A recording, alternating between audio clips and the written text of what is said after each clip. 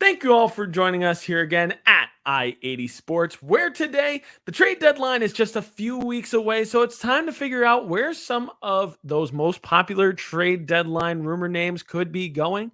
Guys, thank you all for joining us here again at I-80 Sports.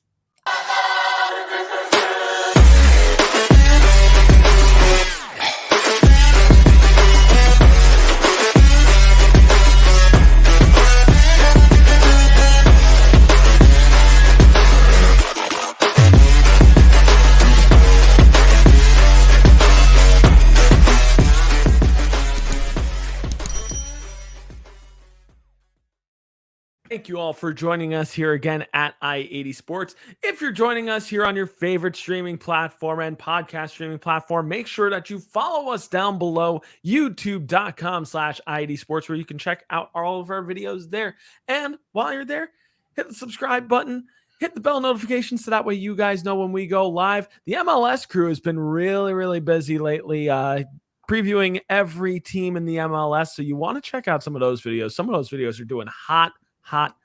Only way that you can do that is check us out, youtube.com/I80 Sports. And if you're on the platform, make sure you follow us on Twitter at I80_sports NHL. And if you follow us already, thank you guys so much because we greatly value all of your support. But make sure you comment down below. Who are you expecting to move at the trade deadline? Where do you think they're going? Who's leaving? Who's coming? Who's going? Make sure you comment down below. Join the conversation. And we might even give your comment a heart as well. I'm Brian. He's Tom. Tom, how are you doing today? Doing well. And we are coming up to the trade deadline here. It's still a little bit away here. It's not till March 9th, but it seems like a lot of teams are looking to make some moves early this time around. Some have already been made, believe it or not. We discussed one already with Bo Horvat in our last episode here, and some other ones have been made already, and you still have some big names in play right now. And I just think there's a lot of pending free agents here, and just the separation this time around is maybe just so pronounced between the teams that are going to make the playoffs and the teams that are going to miss, whereas you don't really have a tight pool this time around. So maybe certain teams are trying to get guys moved earlier rather than later. Yeah, I mean, for me, this is such a fun time for me this year because usually as a Devils fan, I'm usually thinking to myself like, all right, who are we selling? What kind of picks are coming in? What prospects are coming in? And now, lo and behold, it's an amazing thing. We're actually buyers here at the deadline. And man, oh man, we got our pick of the crop here, and it's going to be really cool. As Tom mentioned before in our previous episode, which you can check out here again, youtube.com/I80 Sports on our most previous episode. Check out our NHL playlist while you're there and hit up all of our previous episodes if you don't know what we're talking about. But we talked about the Bo Horvat trade. Bo Horvat, of course, being traded from the Vancouver Canucks over to the New York Islanders. So Anthony Beauvillier trying his best over there in Vancouver. But what do you know? Maybe Bruce Boudreau wasn't the problem in Vancouver, more at 11. But what's the problem? What's the problem in Long Island right now? Bo Horvat scores a goal every game and they can't buy a win. Yeah, it's basically it's funny. It's like a tale of like two franchises. You've got the Islanders where Bo Horvat scores and that they still can't win. Yet with the New York Mets, you had Jacob deGrom all the way up until he was a Texas Ranger, win every single, pitch lights out, but the Mets still couldn't win. But what can you do? It's just a curse of New York teams sometimes. But you know what? New York team's not feeling a curse at the moment and actually quite on the rise lately. The New York Rangers, and that is in no short part to a pretty big trade that they just made this past week. Yes, indeed. The New York Rangers joining the big splash in the Metropolitan Division. The Islanders were just a trendsetter here going and getting Bo Horvat. What did the Rangers do? They knocked on St. Louis's door and said, hey, St. Louis Blues, we hear that you got this guy named Vladimir Tarasenko that we'd like to take off your hands. What do you want from him? And the St. Louis Blues, for whatever reason, said, hey, we'll take Sammy Blais back. And the Rangers said, cool, we'll give you him and a bunch of other stuff. So here was the trade. The New York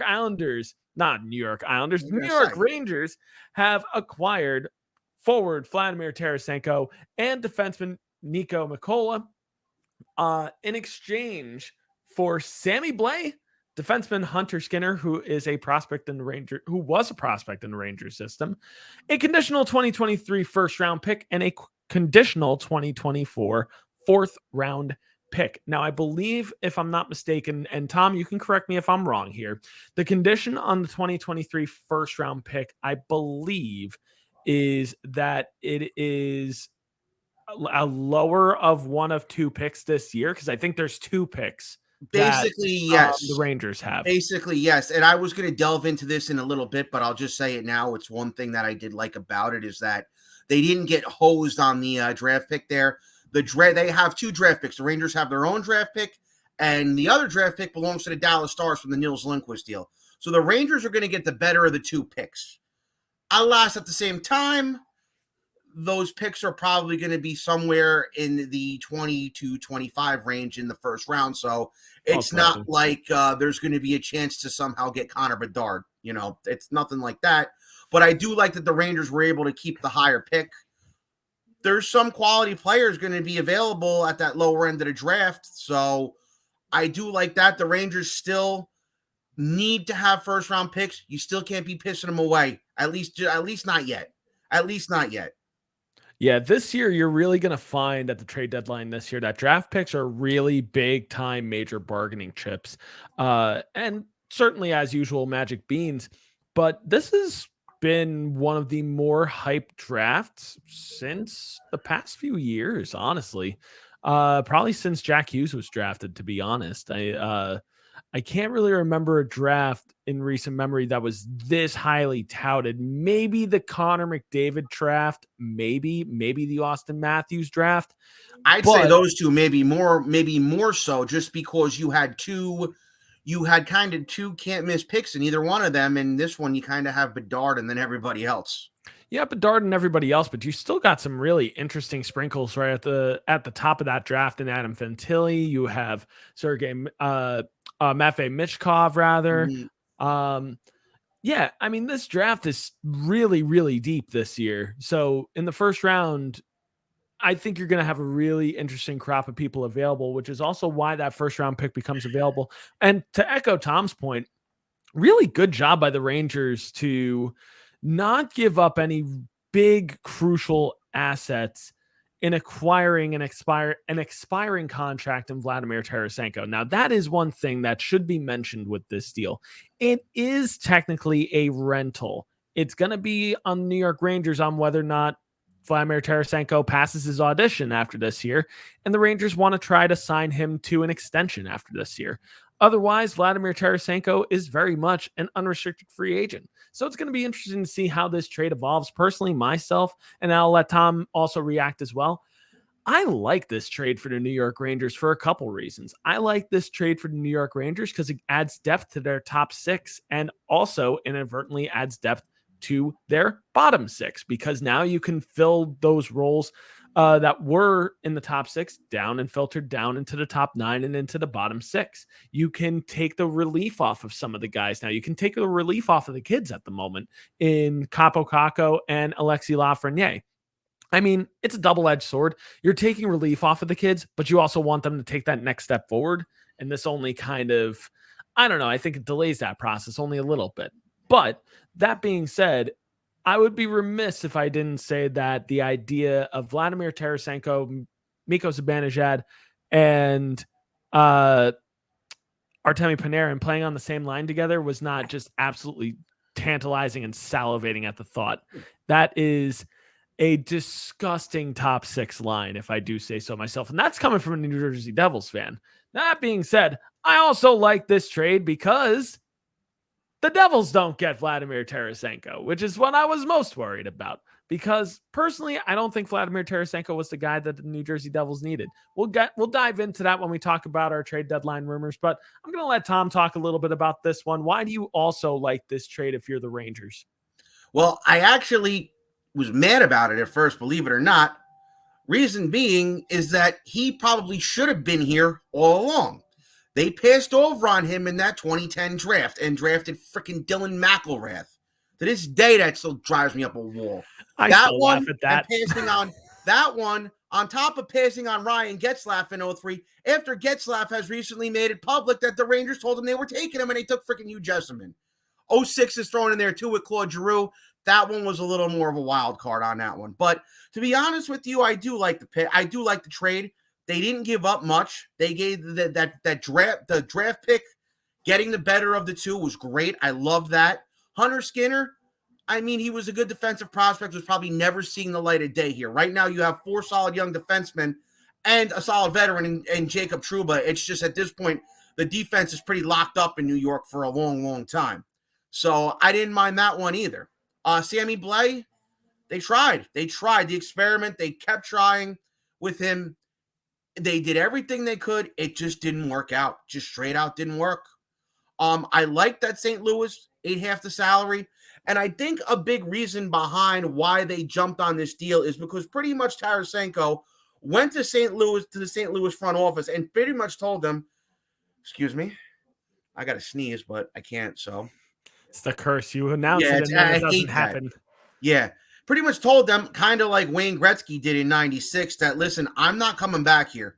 I'm not coming back here. Obviously, the Gretzky situation is a little bit different, but pretty much went to them and told them, listen, you can offer me whatever money you want in the world. I will not come back here. So if you keep me here the rest of the year, that's fine. But in the summertime, I'm not re-signing with you. I have a funny feeling that even though they won a Stanley Cup together, I got a funny feeling that Vladimir Tarasenko and Craig Berube didn't really get along too well. There's that hunch. I sort of, when you listen to some St. Louis insiders, it's kind of been that way for the past couple of years, that Tarasenko went there and did his job like he was supposed to. But I don't think Tarasenko was the biggest fan of Craig Berube either. And that was the thing last year. He wanted out last year, but the Blues just had such a good season. I think that they both were like, oh, okay, well, let's wait till we get bad and then we'll trade you.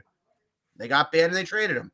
So, yeah, it is great. It helps the top 9 out immensely because you kind of had a volatile right-wing situation there. When you get past that kid line, which has been together and apart this year, uses the third line, uses the second line, then you get to the other 2 right-wing spots, and you have Jimmy Vesey.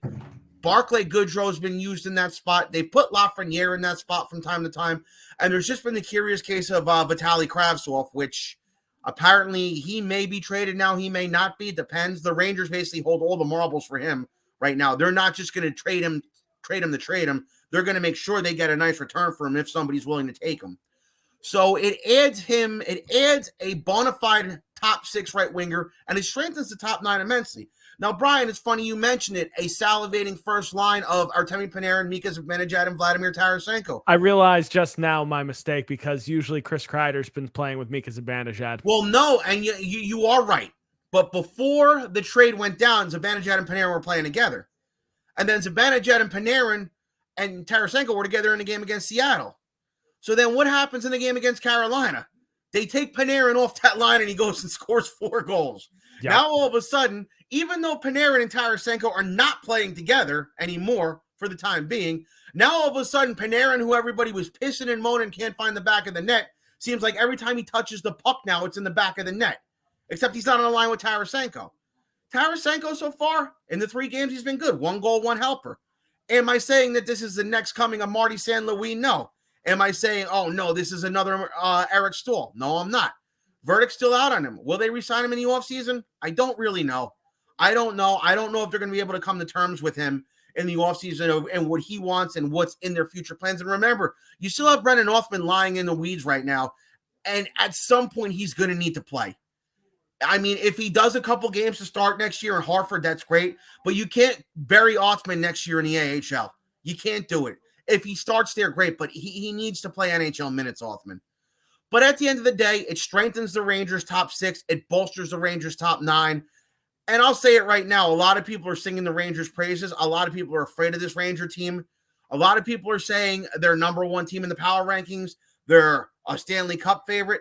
Am I saying they're a Stanley Cup favorite? No, I'm not. Here's what I am saying. The East is strong this year. Much, much stronger than the West. The Rangers with this lineup, if they can get themselves out of the East, I have the utmost confidence that the Rangers can beat any team in the West in a best-of-7 series. And the only time they'll be seeing any team in the West in a best-of-7 series is playing for that vaunted Stanley Cup. So I'm saying that I don't know if they're a favorite, but I'm saying if they can get themselves out of the East, they can most definitely win that Stanley Cup. And lo and behold, Tarasenko won himself a cup in St. Louis in 2019, and he had himself a nice little playoff there along the way. Yeah. The only thing interesting for the New York Rangers, and then I'll also bump over to the St. Louis side of things. Looking at cap friendly right now, Vladimir Tarasenko, he is a UFA next year, but the problem is for the New York Rangers, there's really no money coming off of the payroll after this year. Obviously, you have Tarasenko coming off the payroll, but something tells me he's going to want a little more than $3.75 million that currently the Rangers owe to him just because the St. Louis Blues retained half of his salary. So it's going to take some big movement to actually be able to afford Vladimir Tarasenko if you are going to try to get him. Now, Start taking calls on Goodrow in the offseason. See if anybody will take him. I like maybe, him. Don't get me wrong, but I think it's if you're gonna you have to move him. I doubt they'd move Trouba. He's the captain right now. But I've yeah, been saying too, and I'm sorry to cut you off, and I'm sorry to go off topic again. Right now, you have 4 solid defensemen in there: Fox, Lindgren, Miller, and Schneider. At some point, there's going to have to be a conversation had about getting Jacob Trouba out of New York, so those 4 can play top 4 minutes. yeah, and that's the other thing I was also going to mention here too, because currently, you have Artemi Panarin, who's your highest paid player, rightfully so, at over $11 million a year, and he's locked up until 2026, 2027. After that, it's Adam Fox at 9.5 million, who's locked He's up. not going anywhere. No, he's not going anywhere anytime soon, and rightfully so. He's one of the best right-handed defensemen in the entire league. Mika Zibanejad is being paid 8.5 million over the next, I think, 6+ seasons. Chris Kreider also is being paid 6.5 over this next little straightaway and go. Really, the only person that the Rangers could even likely look to move and have a conversation about, is it right to move them? Barclay Goodrow, and then the other person that you mentioned, Jacob Trouba. And Which to a lesser extent, maybe Kreider and Trocheck as well, if it comes to that. maybe And the I only like Trocheck. I like Vincent Trocheck. Always have. But with the way Heedle's been playing, it's starting to be a little bit of maybe we shouldn't have jumped the gun on him. Yeah, and then the problem also becomes Vinny Trocheck also fills a major need for the New York Rangers, and that is a top 6 center, which is something that the Rangers have needed for the past 3 seasons now. And they finally get that in Trocheck. And now all of a sudden, is it buyer's remorse? I don't think so, because Trocheck's having a good season so far. But Heedle just came at it. That's why I'm saying you can't scream trade Kako, trade Lafreniere when you have Philip Heedle right here. You have Philip Heedle right here, who's now 23 years old and is coming to his own. And he's 23 years old. 23 years old, you still have a good 10 to 12 years of prime hockey in your system at that point. Right. Philip Heedle is an RFA after this year, so he's going to look for a bit of a pay raise from $2.3 million. Alexis Lafreniere is also owed a potential bridge contract if you do want to owe him a bridge contract. I don't see him getting more than what Capo Caco's getting at the moment on his bridge deal. Caco's currently owed $2.1 million over to this year, then next year as well. I don't see him getting more than $2.1 million. Lafreniere, I don't think has even earned that yet. No, but he's been showing he's been ever since everyone screamed wolf over him. He's really been consistent. I'm not going to say tearing it up, but very consistent in his role on that second line, on that kid line. Right. It's going to be really interesting to see. I mean, the Rangers, albeit everything that we're talking about right now, these are all good problems that the Rangers have at the moment. And in St. Louis, you know what? You get a first-round pick for this year as well, and you're certainly happy about that. You'll lower your payroll a little bit as well. Jumping over to the St. Louis side of things also, I do also like them picking up Sammy Blais. I think it's a really nice nostalgia piece, and Blais just ran into some really bad luck in New York, honestly. He lost almost an entire season due to an injury at the hands of the New Jersey Devils, and just wasn't quite right after that. Just wasn't the same player after that. The great thing for the St. Louis Blues is in a deep draft, they have 2 first-round picks this year, and that is going to help help retool things immensely. And we're going to talk about some players on this team that could be really, really, really, really interesting trade pieces. And it's only going to help lower their payroll as well.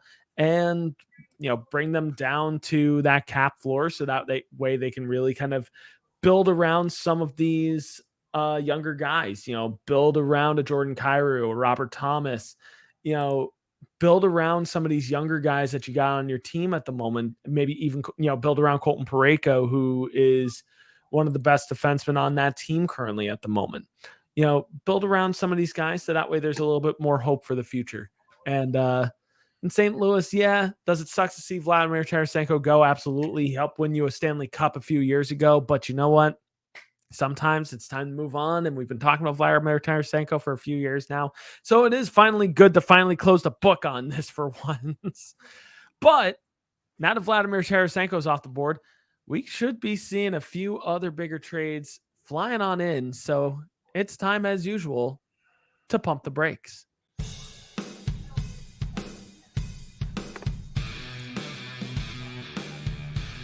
Not so fast. It's time to pump the brakes. All right. So in this segment, we're talking about trade deadline rumors. Trades that have not even happened yet. And as we talk about this, I'm not just going to single out player by player by player because that's going to take a really, really long time to do. So instead, we're going to kind of go selling team by selling team and talk about some of the bigger sellers coming into this trade deadline. And for obvious reason, these teams are sellers. These are some of the worst teams currently in the NHL, but they have some talented players that could be really interesting trade pieces. So let's start right here at the top here. We're starting with the San Jose Sharks because they currently have two players that are on the cusp of getting moved. We've heard rumors about both of these players so far. There might be more than just these two players that leave San Jose as well. I know certainly San Jose is going to try to move maybe one or two other guys off of their roster to try to make a little bit of money room on their roster. But these are two most interesting names currently at the moment. And those two names in the San Jose Sharks are Erik Karlsson and Timo Meier. Now, a year ago, I might have said it was going to be impossible to move Erik Karlsson. It was just going to be utterly impossible because nobody's going to want him. He's always hurt, and he just is not the same Erik Karlsson anymore. Lo and behold, we're sitting here in 2023, and Erik Karlsson is the odds-on favorite at the moment for the Norris Trophy, a absolute career resurgence. Defensive leader in points currently at the moment, playing some of the best hockey of his life, and his value has never been higher. And now it's looking like that $11.5 million contract is in fact a bargain at the moment. So that being said, and besides Erik Karlsson, I guess we got to talk about Timo Meier, who's also over 30 goals this season as well. Probably going to score potentially 40 to 45 goals this year as well. Could even touch 50. So let's talk about both of these players. Tom, I'm going to start with you. Where do you see Erik Karlsson possibly going? Where do you see Timo Meier possibly going? Well, it's funny. Meier, the Devils are really high on him, and he would fit in quite well on the right side, whether it's with his fellow countryman Hischier or with Jack Hughes. For a team that's got almost no experience in the postseason, he'd be a big help. He is definitely a experienced playoff performer. Never won a cup, no, but has definitely been there before. Seattle's been in the conversation for him as well. I think the limiting factor with Seattle is that they're in year 2 of being a team. And is this an outlier year, or do they want to stay the course? And what we've seen with Seattle as of late is they really haven't been holding up their end of the bargain, and they've kind of fallen off a little bit. Now the pool and the real question for them is, do you want to give up prospects when you're a young expansion team for a large cap hit with somebody who you don't know if it's going to work or not? Now the pool has increased even more beyond the Devils. Right now you have Toronto, Carolina, and Vegas have all come in the mix for Timo Meier. And another outlier team, I've heard Buffalo's name in the rumblings too, who Buffalo definitely has the space to afford him. You look at Toronto and Vegas, how do they do it and what do they even have? You obviously give them a first, but those firsts will maybe be around the number 20 pick in the draft. And what prospects would they also be able to pony up to even make it worthwhile for the Sharks? I've also been hearing that Pittsburgh is somehow in the conversation, but it's the same principle. What do they have to give up? What does Pittsburgh have to make this deal worthwhile for San Jose Sharks? What do they have? I don't know. As we've seen with this Tarasenko deal, it's never going to be the big splash of a return that you want. But at the same time, you got to really err on the side of caution with any of these teams. You know, a lot of these teams have been going for broke over the years. Pittsburgh for the last 17 years, Toronto and Vegas and Carolina as of late. So you really got to think, what do they have? What's the best return I can get? And is the return even good? And I don't think the return for any of these teams is that going to be that good for San Jose. Now, with all of this, Meyer wants a $10 million qualifying offer in place before he accepts a trade anywhere. Outside of the Devils, who could make this happen, none of those other teams, I don't think can do this. But at the same time, you look at the Devils here, and you look at what the Rangers just did with Tarasenko, and what the Islanders just did with Bo Horvat. Well, if they're so hell bent on the Devils, why has this not happened yet? Why has this not happened yet? Why has this move not been made? Why is he getting thrown out there every night for the Sharks? Why is he not in a Devils uniform, acclimating to his new place, getting ready for a supposed playoff run? What is he still doing in San Jose? That's my other big question about this. Now I'm going to move on to Carlson real quick as well. I'm sorry. To interject on that one, I think part of the holdup on any Timo Meier trade at the moment, there seems to be conflicting rumors going around that the San Jose Sharks have allowed Timo Meier's agent to talk to other teams about extensions, others that say that he's not allowed. I think the confirmed rumor right now is that he is not currently allowed to negotiate before the trade itself. So the problem is it's kind of shooting the value all over the place at the moment. It's almost becoming a silent auction on, who really, really wants him. And for the team that's going to get him, are you actually going to be able to re-sign him? And are you actually going to be able to sign him long-term if that is your plan to do? And I think that's basically the big problem that's currently holding up a Timo Meier trade at the moment. But you can continue on to Erik Karlsson. Well, the thing with Karlsson is he's only 32, which is crazy. I feel like he's been in this league much longer and he's much older. He's having a great season. Maybe one of the best we've seen for a defenseman in a long, long time. Even better than the great Nicklas Lidstrom. What I've heard, Edmonton and Toronto are two favorite spots for him. And the one thing both have needed are legit number one defensemen. Edmonton doesn't even have one. They tried with Duncan Keith. He was too old, and he's not there anymore. Morgan Riley, the Leafs keep trying to feed everybody that he's a number one defenseman, but it just doesn't seem to be the case anymore. The fact is, Edmonton maybe has a little more to offer on their end than, say, Toronto does. Edmonton's also in a weaker division than the Leafs. And it could be this could prime them to maybe go on a little bit of an easy playoff run, at least for the first two rounds. I've also heard those aforementioned Seattle Kraken too, but at the same time, do you want to build the right way, or do you want to be a Vegas Golden Knights? Two other less likely spots I've heard are Florida.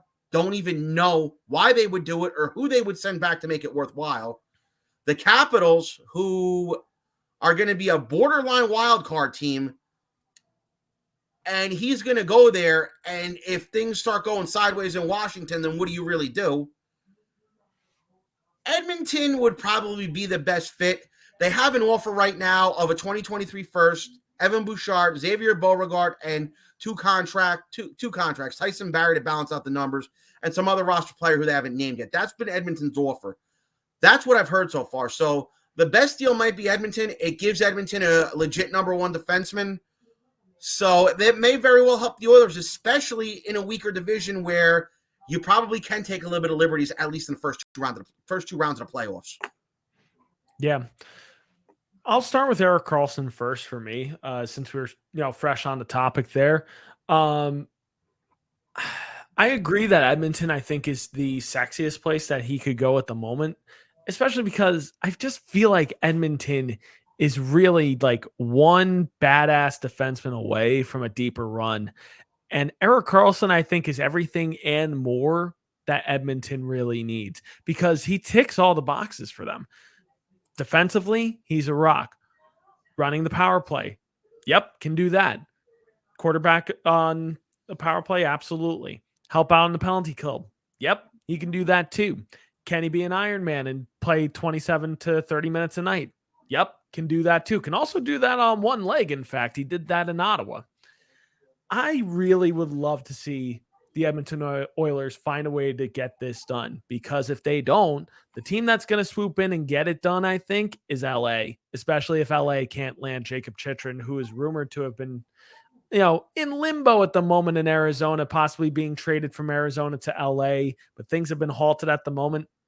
Things halt long enough, LA could actually really start, you know, churning up the voices of like, well, maybe do we go out and get Erik Karlsson? And now we have a defense that includes Drew Doughty and Erik Karlsson. Could be really interesting to see there. Seattle is a dark horse, I think, also because they do have some interesting players that they could possibly move to get that done. And I also see them with the, flexibility in their cap to get it done as well. They are absolutely, strapped and ready to go to take on bad contracts. And Erik Karlsson, although he is a fantastic player, salary is certainly an issue to try to get this deal done. So Seattle could get that done. Florida, as Tom mentioned before, I have a hard time seeing that happen.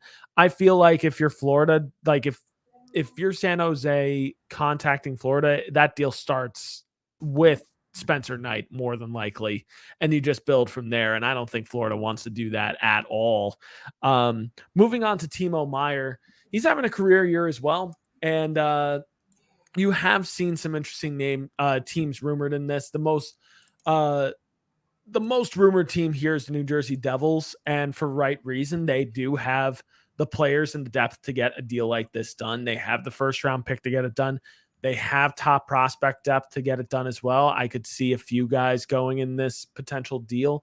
You could have potentially a first round pick, a top prospect, and a roster player move as well, or maybe even two lower tier prospects as well as a roster player. So to me, I feel like for the Devils, the asking price would be a first round pick, Damon Severson to offset the cost. That, and Damon Severson does provide pretty decent defense for the San Jose Sharks on the right-hand side. Top prospect-wise, it just becomes, what will the San Jose Sharks ask for? If they ask for Simon Nemec, I don't know if that gets it done. If they ask for somebody along the lines of a Shakir Mukhamadullin, maybe you start thinking a little bit and maybe seeing if you can get that done. Personally, I think in this case, Luke Hughes is almost certainly untouchable. I don't see Luke Hughes being included in any of these deals for the trade deadline, or just anybody to try to upgrade moving forward. Other teams that I could see being in the mix on Timo Meier, Carolina. And Carolina is a really interesting team here because they're seeing the movement around the Metropolitan Division, and Max Pacioretty has come off the books for LTIR. They could get a deal like this done. They've got a first round pick. They've got some interesting prospect depth, and they have a roster player or two that they could offer as well to the San Jose Sharks that could make it worth their while. Timo Meier in a Carolina uniform could be really, really interesting. And as Tom mentioned before, Pittsburgh, I don't see it. They have nothing to offer. They have nothing at the moment that I think is remotely enticing to the San Jose Sharks. Personally, I think this is a two-legged race between New Jersey and Carolina, and it's just going to be a matter of who wants them more and is the price worth it. It's going to be really interesting to see.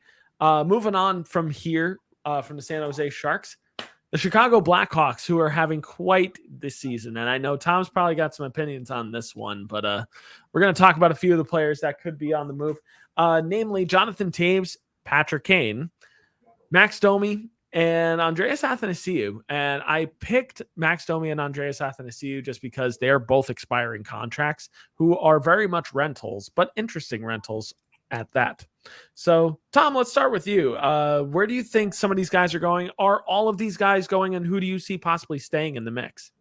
It's really hard to tell with these Blackhawks now. Unfortunately, when you have two franchise stalwarts there in Jonathan Toews and Patrick Kane, and let's not beat around the bush here. Jonathan Toews and Patrick Kane, you can talk about Bobby Hull and Stan Mikita, Chris Chelios, Ed Belfour, up and down, Jeremy Roenick. Toews and Kane are the two greatest Blackhawks in the history of the organization. They won 3 Stanley Cups for these guys. So they're being cut some slack with their no movement clauses and determining where they might want to go. Now, Kane was interesting Because up to this, Kane was kind of stalling and saying, well, I might not want to leave Chicago anymore. I might want to stay here. I'm not sure. My heart is still here. My heart is still here. Until this Tarasenko trade went down with the Rangers. Because I think what he thought would happen was he would just stay to the last minute and say, okay, Rangers, I'm ready to come now.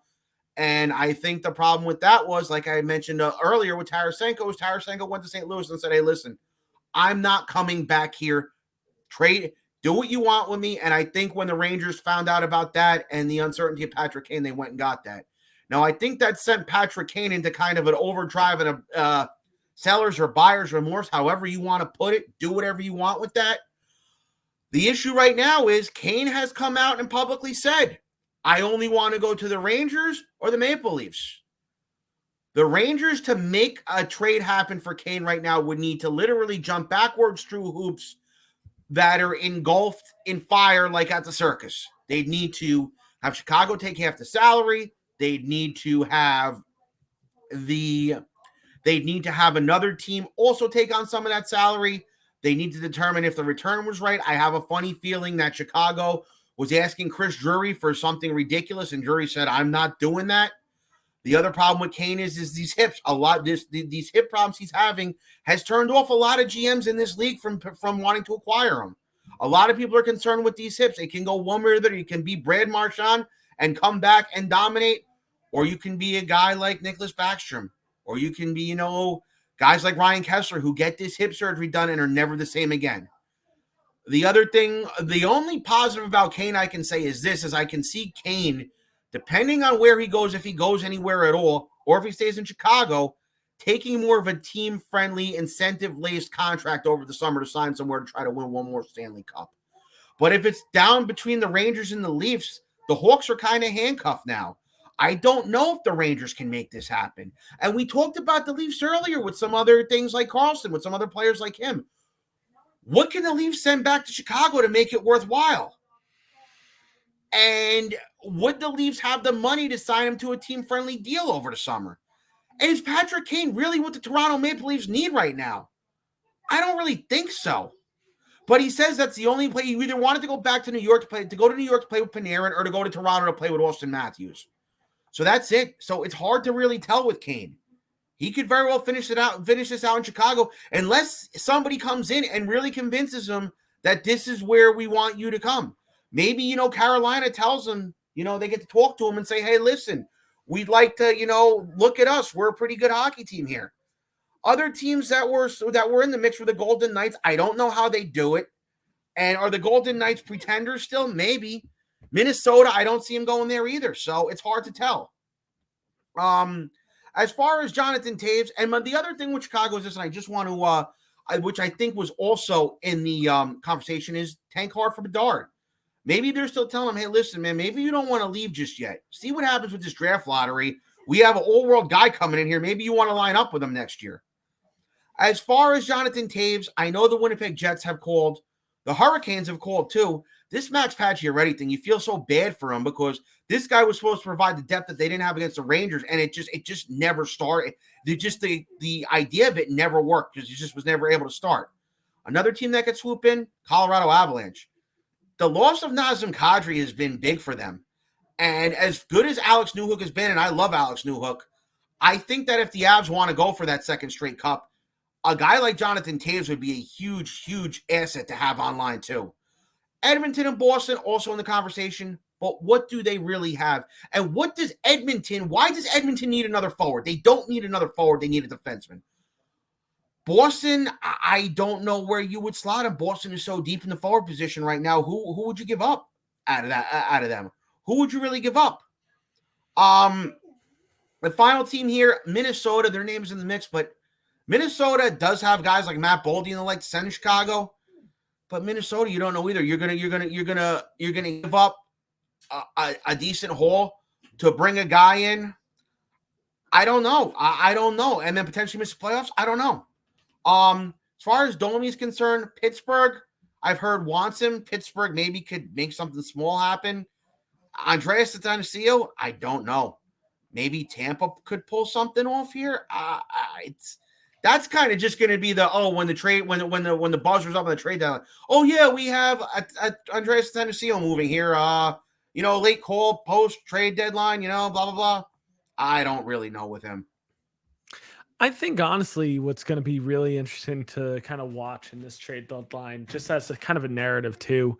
Sometimes it's not going to be the sexiest names that are going to be remembered for where they go. Sometimes it's going to be those role players, and Andreas Athanasiou is certainly one of those interesting role players to kind of keep your eye on because, for every interesting big name like a Bo Horvat, you get like some throwaway names like Nick Paul going to the Tampa Bay Lightning. Now we know how popular Nick Paul is in Tampa Bay. You also have other, role players, Nick Aube-Kubel going over to the Colorado Avalanche and being a role player over there. And lo and behold, Colorado wins the Stanley Cup that way as well.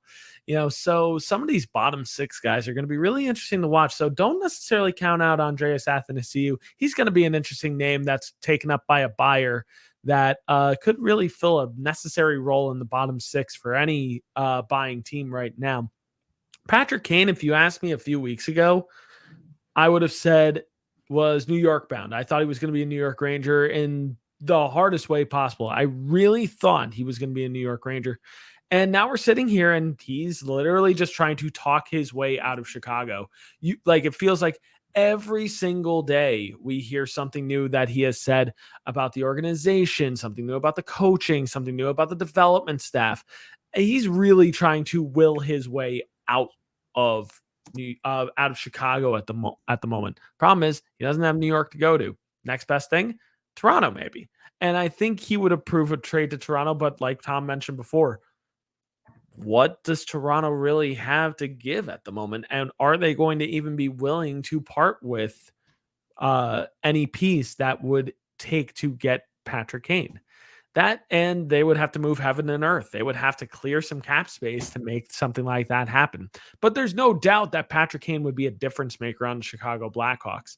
And you also have the American connection. Austin Matthews, Patrick Kane would be really, really fun to see two American boys possibly rip it up. But as I've said before, win 4 games in April, and then I will be interested about the Toronto Maple Leafs. Anyway, the only name that I really don't see leaving Chicago at this deadline is Jonathan Toews. I would really have a hard time seeing Jonathan Toews leave the Chicago Blackhawks because he's just kind of your last gleam of hope for Chicago fans. He's your last big hope. And if Chicago somehow finds their way into drafting Connor Bedard, I think it would be really, really kind of nice and kind of sentimental to watch Jonathan Toews pass the torch off to Connor Bedard before retirement or before moving on to a different team. And I meant to mention this earlier too. You could have them sort of kind of do what Tampa did with Stamkos, whereas Tampa, when Stamkos came there, they kept Vinny LeCavalier and Marty St. Louis around. They didn't trade him. And St. Louis even went to Tampa ownership, I believe it was around 2009, saying he wanted to go to New York. And they said, hey, why don't you hang around for a bit with this kid Stamkos? Might be something else. Maybe you want to stay around here. And he did. Obviously, at the end of the day, he got his way. But yeah, this kind of has a Tampa Stamkos situation written all over it, in my eyes, at least. Yeah, I agree. Now, as for Max Domi, I could see a case where if the Devils somehow don't find their way into a Timo Meier or into another forward that we're going to talk about in a little bit, maybe Max Domi is that consolation prize for the New Jersey Devils. And personally, I think the fit would be interesting and it fills 2 needs for the Devils. You got a scorer and you also get a guy with some grit who can also stand up for a few of his teammates from time to time when a Nico Hischier gets bullied or when a Jack Hughes gets bullied around. He would be a guy that would be very quick to drop the mitts. And we've seen in the past, a guy like that for New Jersey Devils usually ends up being a crowd favorite. Look at Claude Lemieux. Guy that was universally hated by a lot of franchises is beloved by New Jersey Devils fans.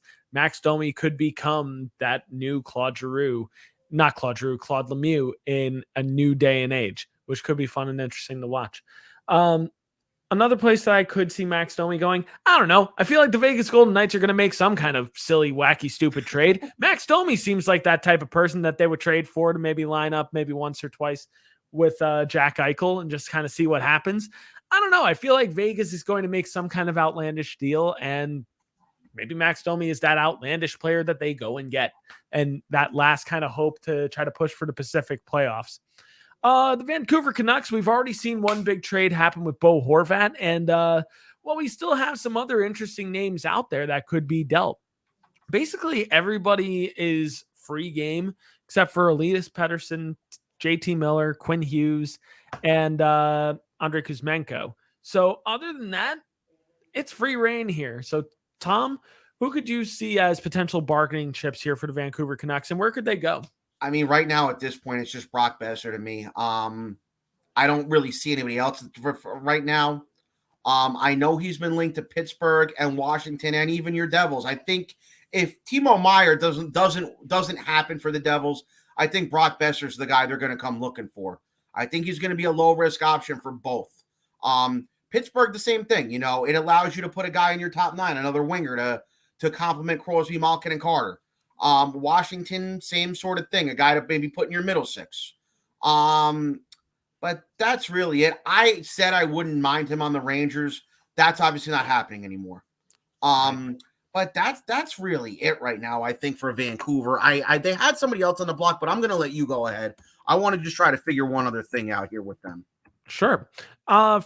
For me, Brock Besser is the main big piece and has been a big piece for the past year. I feel like we've heard him in rumors over the past year, and he could be a really interesting name to watch out for. The Devils have been linked to him and have even had agent contact as opposed to Timo Meier at the moment. So potential bargaining there could be something that the Devils could pivot to if they deem Timo Meier a little bit too risky to trade the assets for, if they find Brock Besser a little bit more affordable at the moment. Another place that Besser could fit in really nice that I could actually see possibly happening is the Minnesota Wild. I think the Minnesota Wild, if they do decide to get themselves out of this kind of playoff purgatory, if they really want to make a serious push with the roster that they currently have, Brock Besser could find a nice little home in Minnesota, honestly. I think that could be a really nice place for him to land too. Plus, if they really kind of want to leapfrog themselves above Colorado, this could be the perfect opportunity to do so and try to make a move before Colorado does. That being said, Colorado could be a team to really watch out for here to maybe try to make a move for somebody. You've got a couple names on this Vancouver roster to watch out for in trades. Connor Garland, I think, is one name that you can kind of watch out for that could play a really nice top 9 role. Moving that contract is going to be interesting, but he's a name to watch out for. Luke Schenn could be an instant upgrade to a lot of teams in their top 4 and could be fun to watch. And Thatcher Demko is an interesting goalie that's out there. So any team that's currently looking for goaltending help, or maybe the goaltender of next year and going forward, Thatcher Demko could be that guy that could be changing places. And I didn't think I'd be saying that last year, but Thatcher Demko could be finding a new home sometime soon. Tom, did I give you enough time to kind of do a little bit of research? Yeah, there was something about Thatcher Demko I read, but I don't think he's going anywhere. Yeah, especially with now clearing a little bit of space on their roster. I think Thatcher Demko is likely going to stay put in Vancouver. I think it's all smoke and mirrors. I think Vancouver is going to look to try to build around him. So more on that when we eventually get there. The Anaheim Ducks, man, how bad have the Anaheim Ducks been this year? You really kind of thought with John Klingberg coming in that maybe this team would have a little bit of hope. This team was bit by the injury bug right from the get-go. Losing, guys like Jamie Drysdale right at the beginning of the season was rough. So you got a couple interesting names on the Anaheim Ducks that could move and trade. John Klingberg was a name that I just mentioned.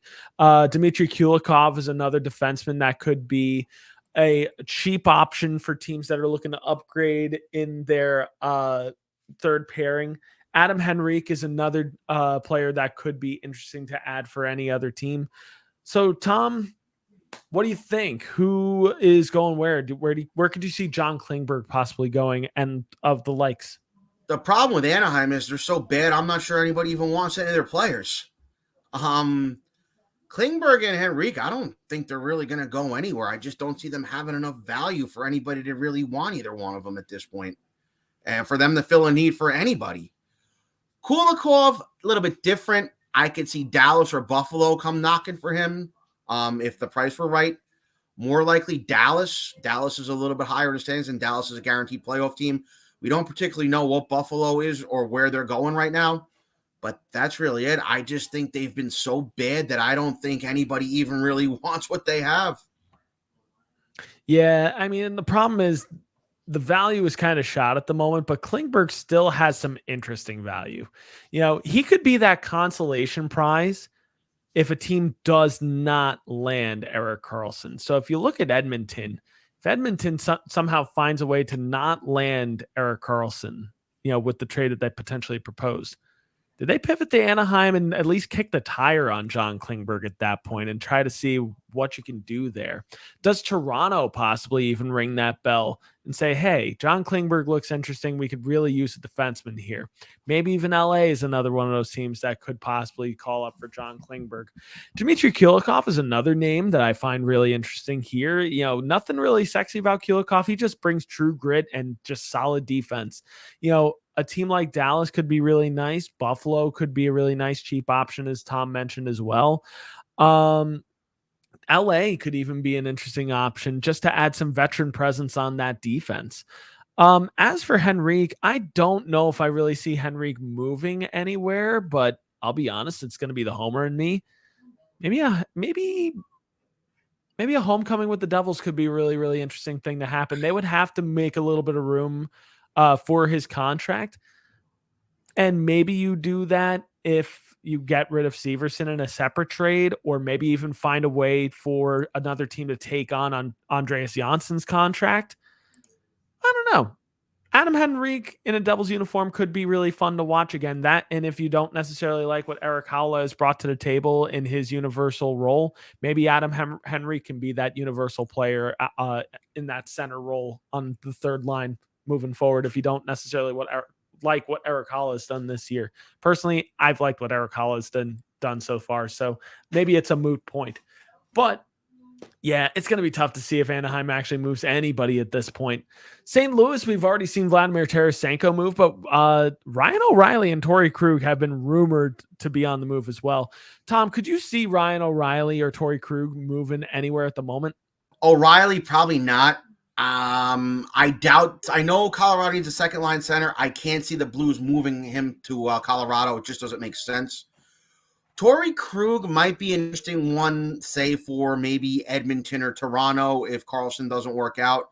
Might be a little more of a low-cost number one D-man option, but that's even a long shot at this point. You mean you don't see a reunion for Ryan O'Reilly in Buffalo? No, but the funny part about it is, I just don't see that happening.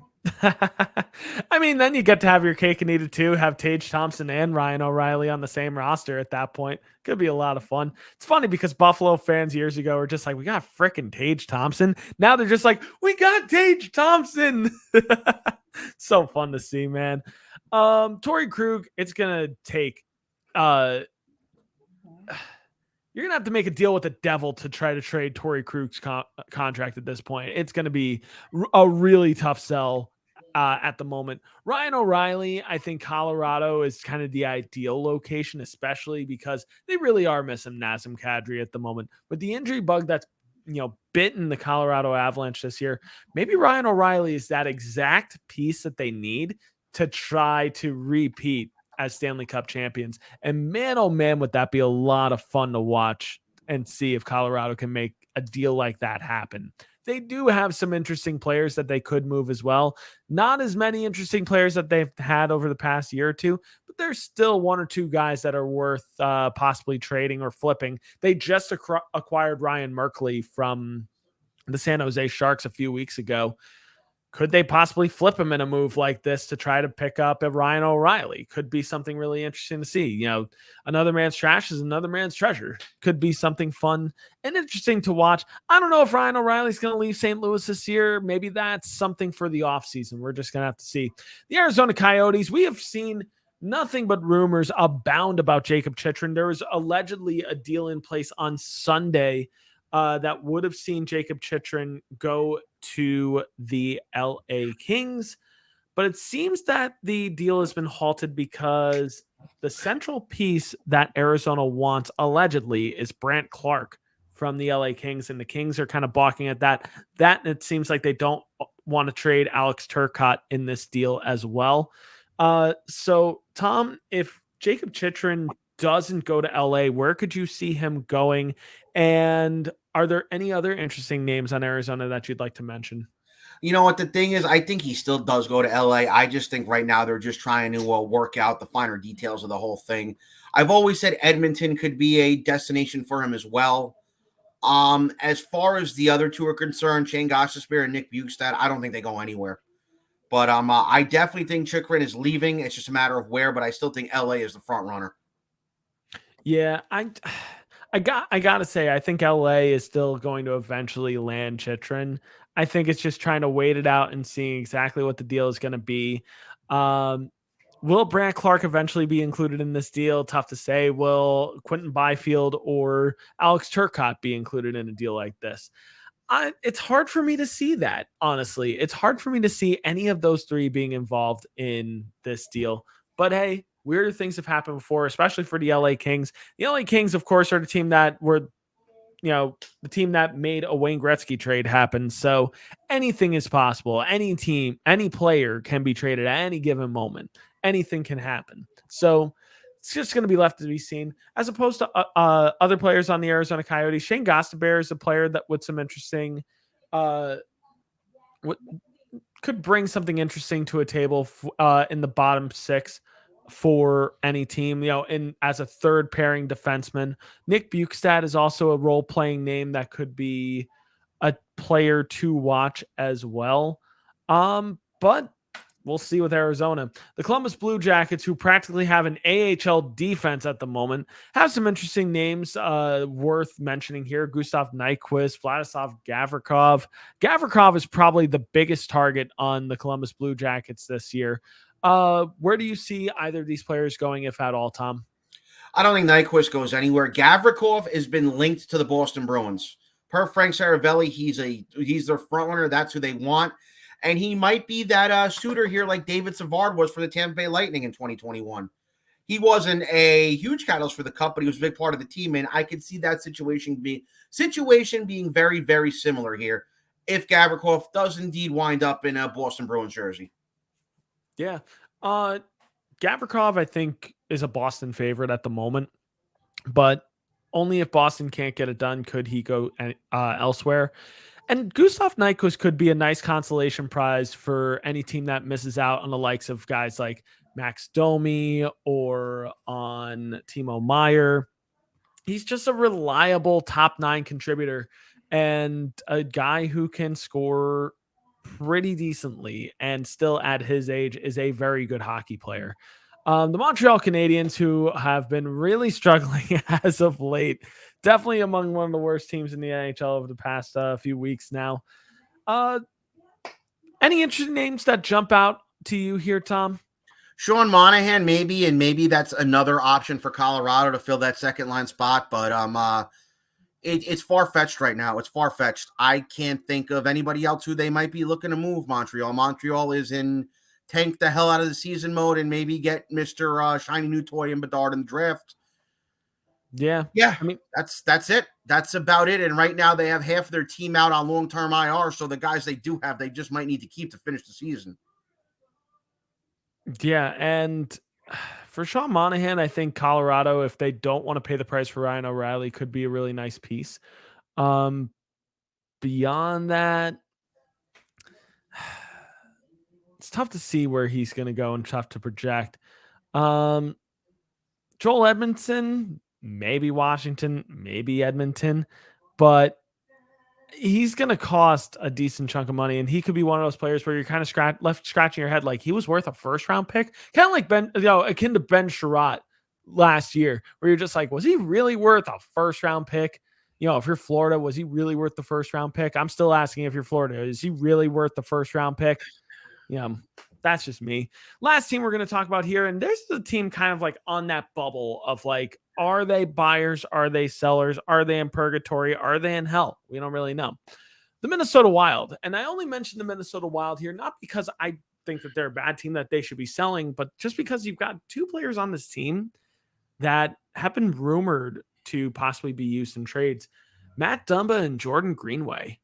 Greenway, I don't know if I really see leaving Minnesota, but Matt Dumba is a really interesting name here. Tom, if Matt Dumba goes anywhere, where would it be and why? Probably, I have no idea. The Central and the Pacific are so bad. It's hard to gouge if the Wild are a playoff team, for sure. The thing with them is that they were doing well early, but Colorado's gotten better lately. I don't know what Minnesota is going to do with either one of these guys. It's I can't figure it out because it's hard to tell what's going to happen here. The Pacific's all over the place. The Central, I think Dallas is probably going to take that division now. Colorado's getting healthy, but Colorado's not lighting people on. It's not blowing the doors off people like I thought they would. And then you kind of have Winnipeg and Minnesota there kind of duking it out. So it's in terms of the trade deadline, you may say, oh, a buyer to add for a championship run, a seller, who can I get back? Minnesota is in the worst situation possible because you don't know what to do right now. You really don't know what to do. And Bill Guerin doesn't know what to do. And I'm going to harken back to something I've always said. This loss of Kevin Fiala is why they are where they are right now. Yeah. For me, I don't know if I see Jordan Greenway going anywhere, but if he were to go anywhere, this is just me being a homer, but I'd love to see him in a Devils uniform personally. I've been on the Jordan Greenway train for about a year now, and I just want to see him in the Devils uniform in the worst way possible. Probably not going to happen. He's going to stay in a Minnesota uniform probably for for a while to come. Matt Dumba, though, on the other hand, you start thinking like if Edmonton really strikes out with trying to get another defenseman, do they pivot to look at Matt Dumba or another wild card like team to try to build the defense a little bit further? Maybe Ottawa could be a really interesting fit for Matt Dumba. He could be a really, really interesting fit. Sure. Has this season totally gone Ottawa's way this year? No, they haven't been the dark horse that a couple of us projected them to be. But that being said, this is a young team. There's a lot to be excited for. And Matt Dumba could be that rock to kind of build around for a few years to come and potentially be that veteran presence that the Ottawa Senators need once they potentially make the playoffs. This is a guy that played on one leg last year. Literally one leg last year for the Minnesota Wild. So he's a guy that I would absolutely go to bat and try to get for any team that's looking for defensive depth for the future for deep playoff runs. But as usual, guys, what do you think? Let us know down below. Before we get out of here with this episode, let's move away from the trade deadline finally here. So let me actually change my overlay here. Yikes. Okay. Now, let's talk high performance. Who did really good hockey things this week? Let's talk high performance. Your I-80 Sports High Performance Players of the Week. Tom, I already know who you probably want to mention here for as a player of the week. So I'm not going to steal your thunder here. I'm not going to say their name, but who would you like to talk about for your players of the week? Artemi Panarin. I mean, I'd say it's a homer alert, but it's not. It's not. It's not a homer alert. It's 13 not. points in his last 5. 4 goals against Carolina Saturday night. 2 goals against Vancouver last night, and just missed the empty net at getting a hat trick. Was brought in to play. His buddy Tarasenko was brought in to play with him. They split him, Tarasenko, up, and now he can't stop scoring goals. And it's an honorable mention here to Tarasenko. 2 points in the first 3 games as a Ranger, a goal and an assist, and just another guy whose name is a big name right now, Erik Karlsson. 9 points in his last 5 is really lighting the league up this year. And I know I was saying Fox might be the favorite for the Norris Trophy, but I think at this point it's going to be Karlsson. I mean, unless Adam Fox has a crazy playoff and the Rangers somehow pull it off. But I think Karlsson's probably going to walk away with this Norris Trophy this year. Unfortunately, and it's no knock on Adam Fox because he's having a hell of a year too. It would honestly be really, really great to see Erik Karlsson win the Norris this year. It would be a really, really fun sight to see. So nothing to even hang your head or shame about. But yeah, I'll agree. Artemi Panarin absolutely is probably the number 1 star of this week. Just fantastic play so far. Another player that should be mentioned as well is Mika Zibanejad, who's also had himself a week too. In his last 5 games, 7 goals in his last 5 games as well. Rangers have been on a surge lately. couple other players that I do want to mention here. Dylan Larkin, 9 points in his last 5 games for the Detroit Red Wings, really trying to earn the contract that he really wants in the offseason from the Detroit Red Wings. He's going to be a really interesting player to watch in the offseason. Other players I want to mention here, Nathan McKinnon of the Colorado Avalanche, 8 points in his last 5 as well, really kind of getting the wheels going again for Colorado. Really good to see. Way to go. And then I'll also be a homer here as well. There are 2 players on the New Jersey Devils that I do want to make a point and point out as good contributors since Jack Hughes has gone down from injury. Dougie Hamilton, he has been a stellar defenseman for the New Jersey Devils.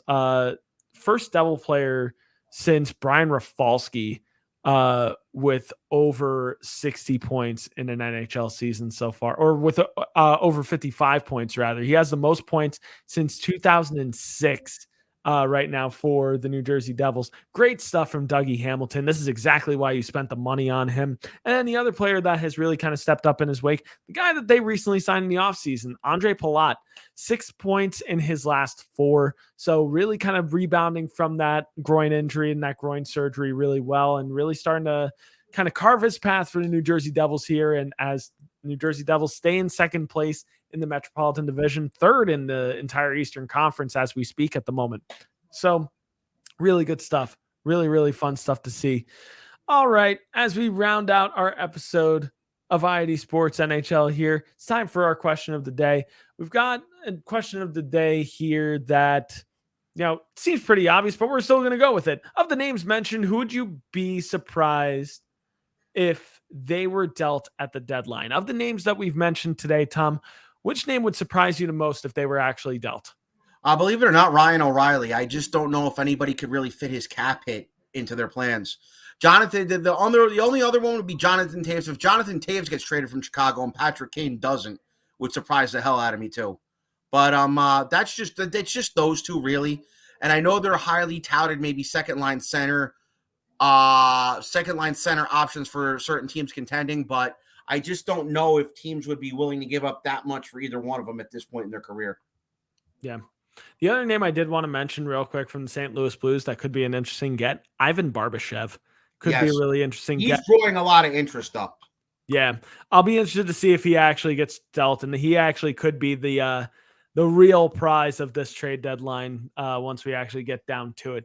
I'm going to agree with you on one player here. Jonathan Toews, I think I would be really, really surprised to see leave Chicago. I think that would be a bit of a culture shock for me if Jonathan Toews actually leaves Chicago. Patrick Kane, I won't be surprised if he actually goes. It's just a matter of what team's actually going to take him at this point. We're just going to have to see. But what do you guys think? Do you agree? Do you disagree with us? Let us know in the comment section down below. Who do you think is leaving at the deadline? Where are they going? Who are the buyers? Who are the sellers? You got to let us know. Join the conversation down below. And if you're lucky, we'll even give your comment a heart. And we'll also sign back to you. And we'll even, say, hey, join the conversation with you guys as we go along too. And you can also hit subscribe down below, youtube.com/i80 sports. Hit the bell notification so that way you know when we go live too. If you're a fan of any other sports such as the MLS, MLB, NBA, NFL, you want to check out all of our content there too. Hit up our website too, idsports.com. You can check out all of our goodies there as well. We've got a shop, we've got merch. So make sure you check it out too. And if you're on Twitter, make sure you follow us down below at I80_sports NHL. And if you follow us already, thank you guys so much because we greatly value all of your support. But time to watch some more hockey. Time to see if any kind of crazy deals happen over these next few weeks. And we'll be here to recap it as we go along as this NHL season continues. But until then, I'm Brian. He's Tom. This has been yet another episode of NHL on I80 Sports.